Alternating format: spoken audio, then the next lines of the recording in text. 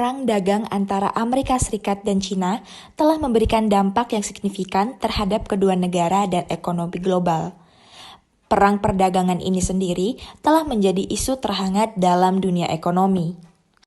Alasan utama perang dagang ini antara lain karena Amerika Serikat ingin mengurangi defisit perdagangannya, membatasi akses Cina terhadap teknologi Amerika, mencegah pertumbuhan kekuatan militer Cina, dan mengurangi defisit anggaran federal. Perang dagang antara Amerika Serikat dan juga Cina telah mempengaruhi seluruh dunia. Pertumbuhan ekspor lebih kuat di negara-negara dengan pangsa ekspor yang lebih besar yang diatur oleh perjanjian perdagangan yang kuat dan di negara-negara dengan lebih banyak investasi asing langsung. Sementara Amerika Serikat dan Cina telah mengurangi ekspor produk yang terkena kenaikan tarif, negara-negara pengamat telah meningkatkan ekspor mereka ke Amerika Serikat dan seluruh dunia. Kesimpulannya, perang dagang antara Amerika Serikat dan Cina telah membawa lebih banyak kerugian daripada keuntungan. Perang dagang ini telah menyebabkan kemerosotan ekonomi dan ketegangan perdagangan, tetapi juga menciptakan peluang bagi negara-negara lain untuk memperluas perdagangan mereka. Konflik ini didorong oleh perbedaan ideologi dan tujuan strategis, dan penyelesaiannya akan membutuhkan pendekatan yang lebih komprehensif yang melalui sekedar tarif dan pembatasan perdagangan. Baik, sebelum kita masuk ke dalam diskusi panel, mari kita pelajari dulu apa sih itu blockchain. Blockchain adalah teknologi yang digunakan dalam perang dagang antara Amerika Serikat dan Cina. Blockchain adalah buku besar bersama yang tidak dapat diubah yang memfasilitasi proses pencatatan transaksi dan pelacakan aset dalam jaringan bisnis. Blockchain adalah jenis database bersama yang berbeda dari database biasa dalam hal penyimpanan informasi. Teknologi blockchain adalah sebuah buku besar digital yang terpusat, terdistribusi, dan publik, yang digunakan untuk mencatat transaksi di banyak komputer sehingga catatan tersebut tidak dapat diubah secara retroaktif tanpa mengubah semua blok berikutnya dan konsensus jaringan. Blockchain terkenal dengan perannya yang sangat penting dalam sistem mata uang digital untuk menjaga catatan transaksi yang aman dan terpusat, tetapi tidak terbatas pada penggunaan mata uang digital. Blockchain dapat digunakan untuk membuat data dalam industri apapun dan tidak dapat diubah, mengurangi kebutuhan akan pihak ketiga yang terpercaya, dan memberikan tingkat keamanan dan kepercayaan yang tinggi untuk transaksi digital modern. Setelah tahu arti dari blockchain, mari kita masuk ke dalam diskusi panel, di mana diskusi panel ini memiliki 5 pembicara, yaitu diplomat Cina, diplomat Amerika Serikat, tech antusias, media strategis, dan juga blockchain expert.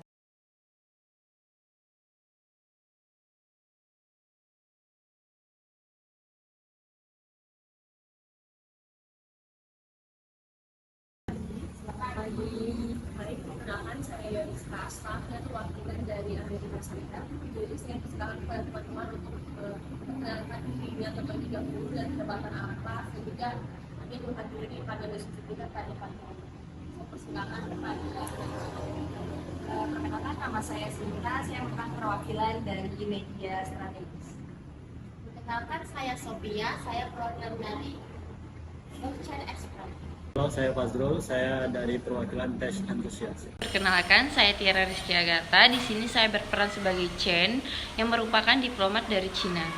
Karena di sini di panel diskusi kita yang pertama terkait future sudah terkumpul dari perwakilan China, Tech Antusias, blockchain expert, sama media strategis. Jadi di sini saya ingin langsung membahas terhadap perang dagang antara Amerika Serikat dan China yang kini sudah bergejolak. Saya ingin menanyakan bagaimana pendapat kalian terhadap perang dagang antara Amerika Serikat dan juga China. Tentu terima kasih. Dalam konteks perang dagang teknologi blockchain menjadi kunci. Blockchain tidak hanya membawa transparansi tetapi juga keamanan dalam pertukaran informasi. Ini dapat membantu mengatasi risiko manipulasi, mengatur data, dan meningkatkan kepercayaan di tengah-tengah ketidakpastian ekonomi. Blockchain dalam konteks perang dagang antara Cina dan Amerika, seorang ahli blockchain dapat memainkan peran kunci dalam beberapa aspek berikut. Beberapa kemungkinan peran mereka: yang pertama, transparansi dalam perdagangan internasional. Seorang ahli blockchain dapat menginvestasikan penggunaan teknologi ini untuk meningkatkan transaksi. Dalam transaksi perdagangan internasional antara China dan Amerika, dengan memanfaatkan blockchain untuk mencatat setiap tahapan transaksi, dapat meningkatkan kepercayaan dan mengurangi ketidakpastian. Yang kedua, pemantauan supply chain. Alih blockchain dapat membantu dalam mengembangkan solusi pasok internasional. Ini dapat membantu mengidentifikasi sumber daya yang digunakan dalam produksi, memastikan kelanjutannya dan mencegah perdagangan ilegal. Yang ketiga, keamanan data dan keamanan transaksi. Memastikan keamanan data dan transaksi dalam konteks perdagangan sangat penting. Alih blockchain dapat berkontribusi pada pengembangan infrastruktur keamanan yang kuat untuk melindungi informasi. Yang informasi sensitif dan mencegah serangan sumber terhadap sistem perdagangan. Yang keempat, negosiasi kontrak pintar atau yaitu smart contracts. Penggunaan kontrak pintar dapat memfasilitasi transaksi otomatis dan aman antara pihak-pihak yang terlibat. Alih blockchain dapat membantu mengatasikan kontrak pintar yang sesuai dengan peraturan dan kebutuhan perdagangan antara China dan Amerika. Yang kelima, pengelolaan pembayaran internasional. Dalam konteks perang dagang, pengelolaan pembayaran lintas batas dapat menjadi kompleks. Penggunaan teknologi blockchain dapat mempermudah dan mempercepat proses pembayaran internasional, mengurangi biaya dan risiko terkait. Yang keenam, pendukung adopsi standar internasional. Alih blockchain dapat menjadi advokat adopsi standar internasional dalam penggunaan teknologi blockchain dapat perdagangan internasional. Ini dapat membantu menciptakan kerangka kerja yang konsisten dan dapat diterima oleh berbagai pihak. Dengan peran ini, seorang ahli blockchain dapat membantu menciptakan lingkungan perdagangan yang lebih efektif, aman, dan terbuka. Demikian, ini tergantung pada penerimaan dan asosiasi teknologi dan kedua belah pihak. Terima kasih kepada Sophia untuk mengutarakan pendapatnya. Selanjutnya saya akan lanjut kepada media strategis. Bagaimana pandangan media strategis ini dalam mengenai peran media dalam menghadapi tantangan ini? Saya persilakan. Baik, di sini saya sendiri sebagai media strategis melihatnya seperti ini ya. Media itu kan zaman sekarang sudah banyak berkembang ya. Lalu juga media juga memiliki peran penting dalam bagaimana kita menyelesaikan ataupun memberikan pendapat tentang perang perdagangan antara Amerika Serikat dan juga China. Lalu kita dapat menggunakan platform media digital atau media sosial untuk memberikan informasi yang akurat dan seimbang. Lalu sehingga masyarakat bisa memahami isu-isu terkini terkait perang dagang. Salah satunya itu ialah perang dagang antara Amerika Serikat sendiri dengan China yang sekarang yang seperti tadi sudah dijelaskan bahwa sekarang sedang menjadi topik terhangat di dunia ekonomi ya tentunya. Terima kasih Sita sebagai perwakilan media strategis. Lalu saya akan pindah ke Fazrul sebagai tech enthusiast. Sebagai penggemar teknologi, bagaimana Anda melihat integrasi teknologi dan media dalam mengatasi tantangan ini? Teknologi memainkan peran kunci dalam perang dagang antara Amerika Serikat dan China. Persaingan ekonomi kedua negara mencakup kontrol teknologi, hak paten dan inovasi, pembatasan perdagangan dan sanksi terhadap perusahaan teknologi di antara keduanya dapat mempengaruhi akses pasar dan pertumbuhan ekonomi. Selain itu, isu-isu seperti keamanan cyber dan spionase industri melibatkan perangkat lunak dan peralatan teknologi tinggi, memperumit dinamika perang dagang. Perkembangan dalam teknologi informasi dan komunikasi juga memiliki dampak besar terhadap negosiasi dan perdagangan dan perlindungan kekayaan intelektual. Selain itu, teknologi juga memainkan peran penting dan signifikan dalam pembentukan strategi dagang antara Amerika Serikat dan China melalui platform digital dan e-commerce. Keduanya bersaing untuk mendominasi sektor ini, mencakupi regulasi teknologi, privasi data, dan akses pasar. Perang dagang ini juga mencerminkan persaingan di antara teknologi 5G, di mana perusahaan-perusahaan dari kedua negara bersaing untuk mendapatkan posisi terdepan dalam mengembangkan dan memasarkan teknologi secara global. Selain itu, penggunaan teknologi dalam pemantauan perdagangan dan penegakan hukum perdagangan menjadi lebih penting, dengan kedua negara menggunakan teknologi canggih seperti kecerdasan buatan dan analisis data untuk mengawasi dan menilai kepatuhan terhadap perjanjian dagang. Ini menciptakan lingkungan perdagangan yang lebih kompleks dan terhubung erat dengan perkembangan teknologi terbaru. Baik, terima kasih kepada Fajrul. Sekarang mari kita berpindah ke bagian argumen. Baik, Sofia, bagaimana Anda melihat peran blockchain sebagai solusi terbaik dalam mengatasi perang dagang ini? Tidak hanya membawa transparansi tetapi juga keamanan. Dalam konteks perang dagang, kita bisa memastikan keaslian data dan mengatasi risiko manipulasi dan informasinya. Kita bisa dicek dulu. Baik, terima kasih kepada Sofia. Lalu saya akan menanyakan bagaimana strategi seorang media entusias, bagaimana tanggapan Anda terhadap argumen yang diberikan oleh saudara Sofia? Kalau dari saya sendiri sebagai media strategis, sepenuhnya setuju bahwa blockchain memberikan fondasi yang solid untuk keberlanjutan media. Dengan platform media berbasis blockchain, informasi dapat diverifikasi secara transparan, mengatasi isu-isu disinformasi dan memberikan kepercayaan kepada masyarakat. Ini dapat membantu membangun fondasi untuk narasi yang adil dan akurat.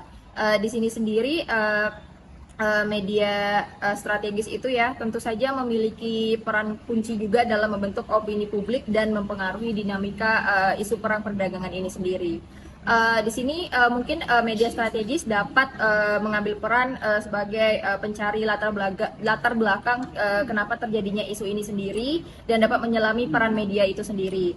Lalu melakukan framing media, media memiliki peran besar dalam memberikan perspektif terhadap perang dagang ini. Dalam liputannya, media cenderung menggunakan framing yang dapat mempengaruhi bagaimana cara kita melihat dan memahami konflik ini sendiri. Selain itu, kita perlu mendidik masyarakat tentang manfaat teknologi ini dan bagaimana hal itu dapat memberikan kontribusi positif pada perdagangan global. Kesadaran masyarakat akan menciptakan tekanan untuk adopsi solusi ini. Lalu di sini juga kita bisa lihat tentang perkembangan peran media sosial tentunya. Tidak hanya media tradisional, media sosial juga memainkan peran penting. Contohnya itu melalui platform seperti Twitter, Facebook, dan Instagram. Opini publik dapat dengan cepat berkembang dan terkadang diwarnai oleh disinformasi. Maka dari itu, sebagai media strategis harus pintar tentunya dalam bagaimana mengembangkan isu-isu yang benar. Lalu sebagai media strategis juga mungkin harus melihat media yang kita sampaikan dampaknya terhadap masyarakat. Dampak dari peran media terhadap isu perang perdagangan ini sangat besar tentunya ya. Opini publik yang dibentuk melalui berbagai naratif dan dapat mempengaruhi kebijakan pemerintah dan hubungan bilateral antara Cina dan Amerika. Terima kasih Sinta, sebagai profil dari media strategis, mungkin dari Fajrul sendiri, apakah Anda ingin menambahkan perspektif Anda terkait solusi blockchain? Saya melihat potensi besar dalam menggabungkan teknologi blockchain dan media untuk menciptakan solusi terbaik. Blockchain dapat digunakan untuk memverifikasi sumber informasi, meningkatkan kepercayaan masyarakat terhadap berita. Dengan platform media berbasis blockchain, kita dapat menciptakan lingkungan di mana informasi dapat diverifikasikan dengan transparan. Saya melihat blockchain tidak hanya sebagai teknologi untuk memverifikasi informasi, tapi juga sebagai alat untuk menciptakan sistem perdagangan yang lebih efisien dan transparan. Dengan adopsi blockchain dalam kebijakan perdagangan, kita dapat mencapai keberlanjutan ekonomi yang lebih baik. Baik, diskusi ini mungkin hanya kita berdua saja ya, antara diplomat Amerika sama diplomat Cina, karena konflik ini terkait dua negara ini. Masing-masing dari kita sebagai perwakilan dari negara yang berkonflik tentang perang dagang antara Amerika dan Cina, saya ingin bertanya kepada diplomat Cina bahwa mari kita bahas perang dagang ini dan bagaimana menurut Anda teknologi akan membantu mengatasi tantangan ini. Saya perwakilan dari diplomat Cina. Ya, kita semua dapat merasakan dampaknya. Apakah ada solusi teknologi yang bisa membantu mengurangi ketegangan ini? Saya pikir adaptasi teknologi blockchain dapat menjadi langkah positif. Ini tidak hanya memberikan transparansi dalam perdagangan, tetapi juga meningkatkan kepercayaan di antara negara-negara yang terlibat. Transparansi memang penting. Namun, bagaimana kita dapat memastikan bahwa sistem ini adil dan tidak memberikan keuntungan tertentu kepada satu pihak? Itu adalah pertanyaan yang tepat diplomat Cina. Kita perlu bekerja sama dalam mengembangkan kerangka kerja yang adil dan memastikan bahwa teknologi ini diterapkan dengan kebijakan yang transparan dan seimbang. Saya setuju. Kolaborasi yang kuat antara negara-negara adalah kunci. Namun, perlu juga diingatkan bahwa teknologi ini seharusnya tidak hanya memberikan keuntungan ekonomi, tetapi juga memastikan perdamaian dan keamanan. Anda benar, diplomat Cina. Kita perlu memastikan bahwa solusi teknologi tidak hanya membawa manfaat ekonomi, tetapi juga menciptakan lingkungan perdagangan global yang stabil dan adil. Selain itu, kita juga perlu mempertimbangkan bagaimana teknologi ini akan diadopsi secara global. Apakah ada kerangka kerja internasional yang dapat dibuat untuk mengkoordinasi upaya ini? Saya setuju. Membangun kerangka kerja internasional akan menjadi langkah penting untuk memastikan konsistensi dan kesinambungan dalam penerapan teknologi ini di seluruh dunia.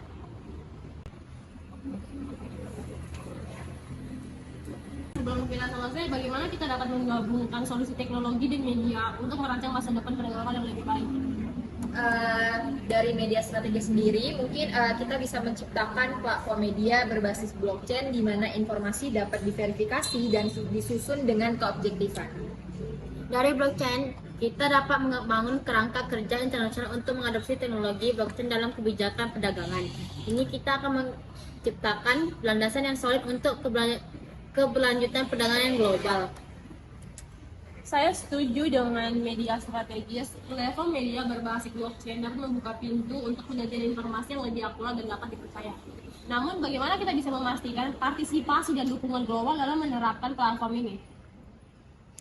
Itu adalah pertanyaan yang penting dalam membangun kerangka kerja internasional. Kita perlu melibatkan berbagai pihak dan menggandeng lembaga-lembaga internasional. Kerjasama global akan menjadi kunci kesuksesan adopsi teknologi ini. Pendidikan dan promosi akan menjadi bagian integral dari langkah-langkah ini. Kita perlu memastikan bahwa semua pihak terlibat dan memahami peran masing-masing dalam mencapai tujuan ini. Dan tentu saja, kita harus tetap adaptif terhadap perubahan memperbarui regulasi sesuai dengan perkembangan teknologi dan dinamika perdagangan global.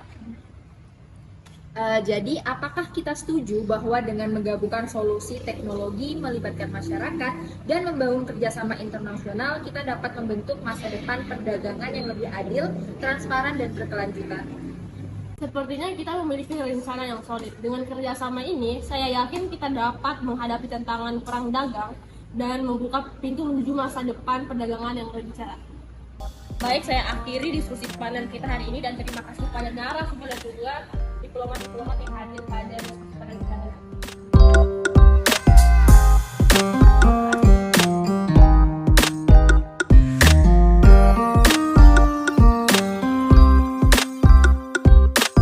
Menteri Perdagangan Amerika Serikat Gina Raimondo tiba di China Minggu 27 Agustus malam. Gina Raimondo akan melakukan sejumlah pertemuan dalam 4 hari ke depan untuk memperluas hubungan perdagangan antar kedua negara. Dirinya mengakui pertemuannya untuk mengupayakan persaingan yang sehat dan tidak memiliki niat untuk menghambat kemajuan ekonomi China. Pertemuan ini dianggap menjadi peluang bagi kedua negara ekonomi terbesar di dunia tersebut untuk memperbaiki hubungan perdagangan. Kunjungan ini juga sempat mendapat kritik, salah satunya dari Partai Republik di Kongres yang menyebut ada kemungkinan Raimondo akan membentuk kelompok kerja dengan China selama kunjungannya dan akan membahas kontrol ekspor semikonduktor AS. Raimondo sendiri tidak mengkonfirmasi rencana pembentukan kelompok kerja tersebut, tetapi dia menekankan akan menyampaikan tentang keamanan nasional kepada para pejabat China. Di sisi lain, Menteri Perdagangan China mengaku pertemuan ini sangat penting, tak hanya bagi AS dan China, tetapi juga untuk dunia. China siap bekerja sama dengan AS untuk meningkatkan perdagangan dan menumbuhkan lingkungan kebijakan yang lebih menguntungkan bagi bisnis AS dan China. Perang dagang Tiongkok dan Amerika, kira-kira siapa ya yang jadi pemenang? Para pemimpin Tiongkok berkomitmen untuk mengembangkan sistem industri modern dan mencapai kemajuan teknologi untuk memenangkan inisiatif strategis di tengah ketegangan dengan Amerika Serikat. Dikutip dari Komisi Urusan Keuangan dan Ekonomi, setelah pertemuannya dengan Presiden Xi Jinping, kalau Tiongkok ini bakal fokus sama pertumbuhan ekonomi real dan membangun perusahaan kelas dunia dengan memperkuat kebijakan industri. Selain itu, Tiongkok juga bakal meningkatkan upayanya dalam mencapai terobosan teknologi inti dan memahami perkembangan teknologi baru seperti kecerdasan buatan. Memang ya sobat, belakangan ini hubungan Amerika-Tiongkok semakin tegang. Amerika melarang ekspor beberapa chip canggih ke Tiongkok, yang tentunya membuat Tiongkok mempromosikan transformasi dan peningkatan industri tradisional dengan tetap berkomitmen pada industri kelas bawah. Nggak cuma itu, Tiongkok juga bakal mengembangkan sistem kebijakan dukungan untuk melahirkan generasi yang sehat dan mengurangi biaya melahirkan. Jadi dalam rangka mengatasi penurunan populasi di Tiongkok, dan untuk pertama kalinya dalam 6 dekade terakhir ini, tentunya berpotensi memberikan implikasi mendalam untuk ekonomi negara dan dunia. Tapi kalau kata kalian, gimana nih sama kondisi yang kayak gini?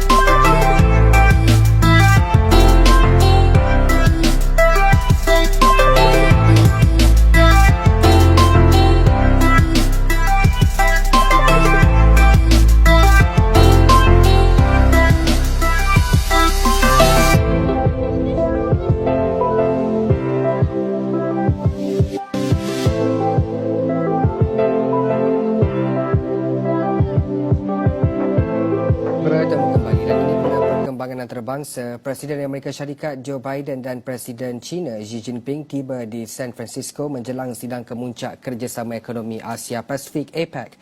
Pertemuan pemimpin kedua besar itu dijangka bakal membincangkan hubungan dua hala selepas tempoh ketegangan yang panjang. Biden berkata matlamat utamanya adalah untuk memperkukuh komunikasi antara dua kuasa besar dunia itu, termasuk hubungan ketenteraan. Ini juga merupakan lawatan pertama Jinping ke Amerika Syarikat sejak 2017. Beliau dijangka bertemu Presiden AS Joe Biden di San Francisco Bay Area pada pagi Rabu di lokasi yang tidak didedahkan sebelum menghadiri sidang kemuncak APEC. Ia akan menjadi pertemuan kedua secara langsung antara kedua-dua pemimpin sejak Biden memegang jawatan pada Januari 2021.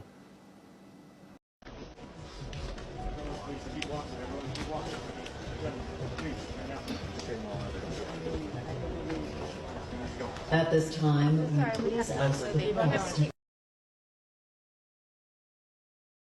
From jets to electric vehicles and supercomputers, the U.S. is fighting to lead the world in a variety of industries, especially against China. We break down how American technology, engineering, and science stack up against its Chinese competitors. Our first story is about China's first homegrown narrow-body jet and how it compares to Western standards like the Boeing 737. This is Comac C919, China's first homegrown narrow-body jet that's been in the works for more than a decade. This is a 737 MAX 8, Boeing's popular narrow-body plane among airlines worldwide. This type of plane can cover lots of domestic and intercontinental routes, accounting for more than half of the global passenger aircraft fleet. And that's a big reason why Beijing hopes its own model can compete with Western giants like Boeing and become the main carrier at home, eventually one day taking on the global airspace. So we compare the design and technology of both planes to see how China's deep reliance on Western parts could stymie Beijing's ambition to challenge its US rival. Boeing has more than 100 years of experience with commercial aviation. China, in comparison, started exploring the industry in the 1970s, but for several decades wasn't able to develop its own airliner. So Boeing became one of China's go-to companies. In China, Boeing has had a great couple decades. Richard Abulafia is managing director with Aerodynamic Advisory, an aerospace and defense consultancy based in Michigan. For more than 30 years, he's been tracking global aviation markets with Boeing as one of his main focuses. If you look back at China economic growth and air travel demand growth, it really took off in the 90s. And sometime in the 2000s, that began to translate into very large jetliner sales numbers. Boeing's jetliner sales hit a record high in 2017. The American giant sent more than 200 planes to China. That's about a quarter of all its deliveries that year. It also has a 737 completion and delivery plant there. Today, about 40% of China's passenger fleet comes from Boeing, with more than half of the planes held by the European giant Airbus, which also has an assembly plant in China.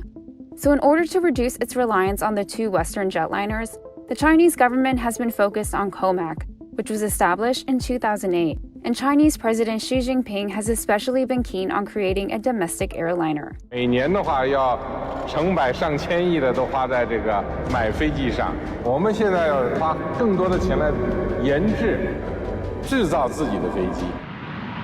China hasn't revealed how much it's invested in COMAC, but some aerospace analysts estimate that the state-owned company has received somewhere between $49 and $72 billion in government aid. That was and is a national goal for China to be able to compete against the U.S. and Boeing. Alex Kreutz is managing director with U.S.-based aerospace consulting firm Patriot Industrial Partners, and he's been following COMAC's programs for about 7 years. Ultimately, designing and building a successful commercial airliner is very technologically advanced for countries to be able to do. So to develop a successful commercial airliner, China has been eyeing Western designs like Boeing. The two jets are both narrow bodies with a single aisle. They're also about the same size and carry a similar number of passengers. Even the engines aren't too different. They're from CFM, which is a joint venture between General Electric and Safran of France. And they're very similar engines with roughly similar levels of technology. Both engines are models from the LEAP 1 series from CFM. LEAP 1B is for Boeing, LEAP 1C is for COMAC.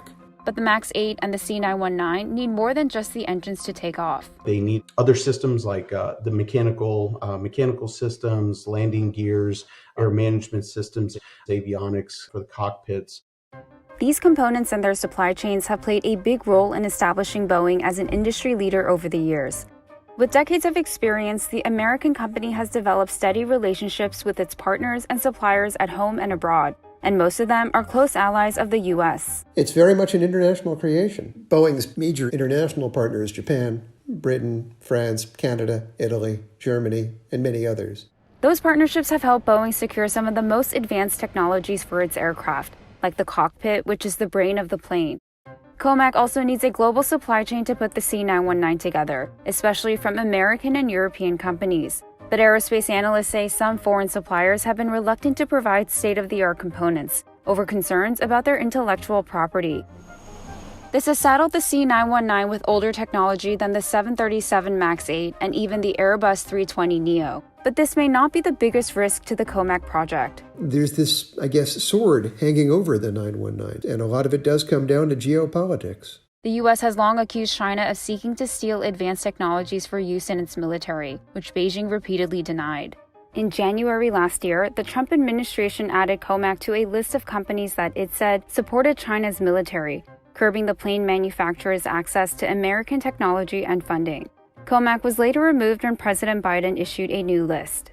The Chinese company didn't respond to a request for comment about the blacklist and concerns over IP infringement, as well as whether geopolitical tensions could pose a risk to its C919 program. Even if these vulnerabilities with sourcing critical Western parts disappeared, aviation experts say COMAC still has other challenges. Learning how to build it conforming, that is to say, each article is exactly the same as the previous one, that's a major challenge. That's one of the easiest places to stumble. And another stumbling block, if and when China goes global, the lack of a worldwide support system for operators to obtain C919 spare parts or receive maintenance and repairs. You have to service it, aftermarket support for the airplanes. So there's vast networks that Boeing has that COMAC has to develop. For Boeing, the U.S. giant also has its own problems, especially in the Chinese market. As trade tensions broke out between the U.S. and China in 2017, Beijing froze nearly all orders and deliveries of Boeing's planes. Since early 2019, the country has also kept the 737 MAX grounded after 2 fatal crashes in Indonesia and Ethiopia. Boeing says it continues to work with global regulators and customers to safely return the 737 MAX and sees China as an important market for the company's commercial planes, urging dialogue between Beijing and Washington. Despite the challenges, COMAC is moving forward. The C919 marked a major milestone in September towards carrying passengers, and the company has plans to develop a wide-body plane as well. But for COMAC to rival Boeing, it'll be a long and perhaps bumpy flight ahead. This is Tesla's Model 3 sedan, and it's the cheapest Tesla model in China. And this is BYD's Seal sedan. It looks very similar, and it's one of the company's most expensive models. But with this range, China-based BYD has closed in on Tesla's share of the EV market in China. China accounts for more than half of all EVs sold globally in 2022, and any company that can own this market will have an advantage at dominating the growing industry. There's a potential here for new General Motors, for new Fords to emerge, and for China to be a dominant player. We compared BYD and Tesla's business strategy, technology, and manufacturing to understand who's positioned to win. To see BYD's rapid growth in China, just look at retail sales charts. BYD, which is backed by Warren Buffett, jumped from 13th place in 2021 to the top spot in 2022. In that time, its overall sales more than tripled, hitting 1.86 million cars. That's some 500,000 more cars than Tesla. We have a lot of respect for the car companies in China. They are the most competitive in the world. In terms of volume, the top car company producing EVs in China is definitely BYD. The caveat is that it's not a cool EV brand yet, and that's why they introduced a new series of cars with specs that car commentators would say matching Tesla's Model 3. So while this Seal sedan sells for roughly $30,000, some BYD models sell for half that, with most models having an all-electric or plug-in hybrid option. Their strategy is really to ensure that consumers have options. Tesla's fleet, on the other hand, is all-electric. Unlike BYD, it's mainly positioned as a premium vehicle, a revolutionary bet from the beginning. There was a kind of a belief among traditional car companies that somebody who would want an electric car was going to be motivated by economic concerns, the cost of gasoline. Their thesis was, let's start at the top. Let's make a cool, a sexy car that appeals to luxury buyers. For the most part, that bet has paid off. If you look at each company's profit margins, you can see Tesla exceeds BYD. The company sells less vehicles with a higher profit margin. But in early 2023, Tesla slashed prices for its two most popular electric car models, reducing prices in China by as much as 13%. The company said the cuts were possible through engineering innovations and cost controls, but these cuts also came just before China began withdrawing decades-long subsidies for EV buyers. It's time now for the market to become more mature. Smaller companies that were not profitable but who depended on these subsidies need to be able to do more to stand on their own. Tesla might have the marketing power to weather the subsidy crash, but BYD has its own strength: production, specifically battery production. This is just a sample of some businesses that BYD operates. As you can see, it's far more vertically integrated. BYD has three main areas of business. It produces cars, it produces batteries for its cars, and it also produces chips. Before BYD was an electric vehicle company, its main focus was batteries. And this battery branch of its business ensures stability along the supply chain, even while disruptions plagued its competitors. Compare that to Tesla, which continues to source the majority of its batteries from outside suppliers.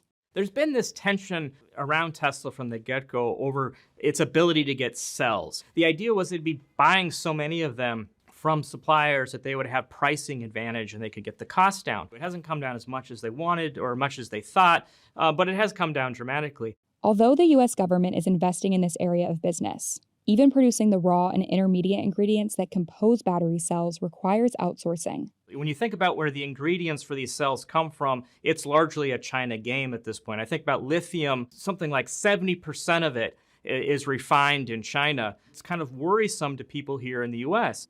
BYD uses its own Blade battery, which is a lithium iron phosphate battery known as LFP.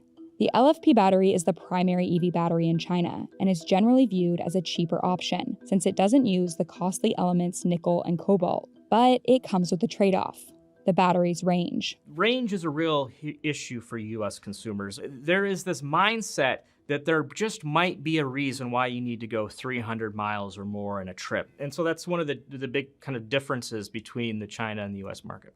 In line with market preference, Tesla's standard range models in China also use an LFP battery. Its version is made by Chinese maker CATL, but its long-range models still use an NCM-based battery that's nickel, cobalt, manganese. Some even include aluminum. It's more expensive, but can charge a car for longer distances. And in the US, Tesla primarily uses this type of battery, but this may be changing. Tesla is taking a page out of the Chinese market's playbook, using LFP batteries in lower-cost models. So even as Tesla invests in its own battery production in the US, it'll still depend on Chinese resources for some time. The final challenge for EV makers is getting their cars where their consumers are. BYD has a home base advantage in the China market, but Tesla has gained some with this factory in Shanghai. Built in 2019, this was the first of its kind for Tesla, and frankly, for any foreign automaker. It got off the ground rather quickly, in large part because of the support from the local Chinese government. They wanted to help Tesla get going. The local government in Shanghai granted Tesla a corporate income tax rate of 15% through 2023, a significantly lower rate than the standard 25%. The factory deal helped slash production costs for cars sold in the country, and Tesla was also able to get out of a joint venture agreement. For years, if you were General Motors or you were Volkswagen and you wanted to build cars in China, you had to share the profit, you had to share the running of that joint venture, and Tesla didn't want to give up that kind of control. Today, Tesla sells in over 30 countries, with manufacturing plants in the US, China, and Germany. BYD, having taken over China, is just beginning its global push. Its passenger EVs are currently for sale in China and a handful of other countries. The US is not yet one of those. In part because of the US-China tensions right now, it's hard for any Chinese car company to say they're making a foray into the US market right now. It's also hard for car companies to just think about expanding into market by exporting there purely without manufacturing locally. The fight for the global EV market has a ways to go. In China, the market needs to mature on its own without government subsidies, while the US needs to dramatically improve its supply chain in the country and up its EV adoption rate. As for the companies themselves, BYD has yet to fully articulate its plans to enter the US passenger EV market. While China's biggest EV maker faces pressure to expand, BYD said customer satisfaction is its main goal and top priority. I've been writing about the automotive industry for almost 20 years, and there's always been this kind of belief that the Chinese car companies were on the verge of coming to the States. We haven't really seen that yet. Creating the infrastructure to sell the vehicles is a challenge. Tesla did not respond to a request for comment, but the company also faces its own obstacles ahead. They need to show growth to the investment community. And we have seen investors really be forgiving at the idea of chasing sales volume at the potential cost of profitability. If electric vehicles are truly the future of the car, owning this market could be paramount to a country's economy. In order for that to be a reality for Tesla, EV batteries will need to be made in America. This is the A100 chip from the US giant NVIDIA. It's one of the world's most advanced computing processors, which helps develop artificial intelligence that's used in everything from self-driving cars to making drugs and even building weapons. And this is one of its newest competitors, made by a Chinese startup. Industry analysts who track the speed of chips say this model is even faster than the A100 based on initial tests. It produced performances that were significantly more competitive than previous AI chips coming from China. Here's how the design and capabilities of these two chips compare as the race for dominance in tech is ramping up. The U.S. has been a pioneer in the semiconductor industry for over 70 years. The U.S. essentially gave birth to the semiconductor industry and the semiconductor economy. Wayne Lam is the director of research with tech consulting firm CCS Insight. For over a decade, he has been researching American chip technology. The U.S. was an ideal place because it started much of the research and core sciences. In the late 1940s, American scientists invented the first transistor, the fundamental technology behind all chips. Early versions of chips fit inside computers that helped calculate projectiles and get NASA space programs off the ground. But the industry really took off in the 1960s with the rising demand for consumer goods like televisions and corporate computers. That boom also drove chip companies to spring up across Asia, with Taiwan Semiconductor Manufacturing Company now leading the industry, making more than 90% of the world's most advanced chips. Still today, the U.S. is home to some of the world's leading chip designers, and they help power everything from our smartphones to laptops and data centers. China, on the other hand, has long been trailing the U.S., and for several decades it has actually relied on American companies, as well as chip makers in Taiwan and Japan. In 2021, China imported more than $430 billion worth of chips, exceeding that of oil. So Chinese President Xi Jinping has made it a top priority to change that. It's absolutely important on a strategic basis. Gregory Allen is a senior fellow at the Center for Strategic and International Studies, a think tank based in Washington, D.C. He's been following Beijing's AI and semiconductor policies for about 7 years. What they essentially wanted in the semiconductor industry was for more of the chips that were used in China to be made in China.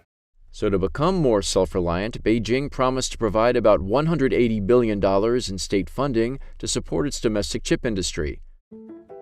The goal is to design chips that can be as fast as the American ones, like this AI chip from NVIDIA. And this model released in August by BREN is the latest demonstration of China's progress. Like its American rival, the BREN chip is also a graphics processing unit, or GPU, and both are designed to help computers perform complex tasks faster. So what makes a chip powerful? To improve their performance, both companies are using the same type of transistor. It's the fundamental unit that basically controls the flow of electronic signals, and that allows the chips to store data or run calculations. But unlike the first transistor invented in the 1940s, the ones today are so small that they are measured in nanometers, which is a fraction of the width of a human hair. 7-nanometer transistors are now the base for both NVIDIA and BREN's high-end chips. So the smaller the transistor, the more transistors you can pack into the same surface area of a silicon. The American chip is designed with more than 54 billion transistors over a plate of about 800 millimeters square, whereas the BR100 is slightly bigger, with about 77 billion transistors packed into about 1,000 square millimeters. While there are many factors that determine a chip's performance, industry experts say having a higher number of transistors can help increase the Chinese processor's speed. BREN says its chip can perform more than 1,000 trillion operations per second at its peak. Write it out, that's 15 zeros. That's about 3 times the stated speed of NVIDIA's A100. But whether BREN will be able to dominate the market will require more than designing chips. Producing them is also a huge challenge, because it requires precise manufacturing to squeeze these billions of transistors onto a tiny surface. Semiconductor manufacturing is perhaps the most technologically complicated thing that the human species does. One of the most complex processes is called lithography, which blasts UV light through photomasks and prints patterns on silicon wafers, adding layers to form the transistors. You need to be precise. Some of the layers in these semiconductor transistors are only 1 atom thick. So NVIDIA and BREN both look to another company for manufacturing. You may have guessed that's the Taiwan Semiconductor Manufacturing Company, the world's largest contract chip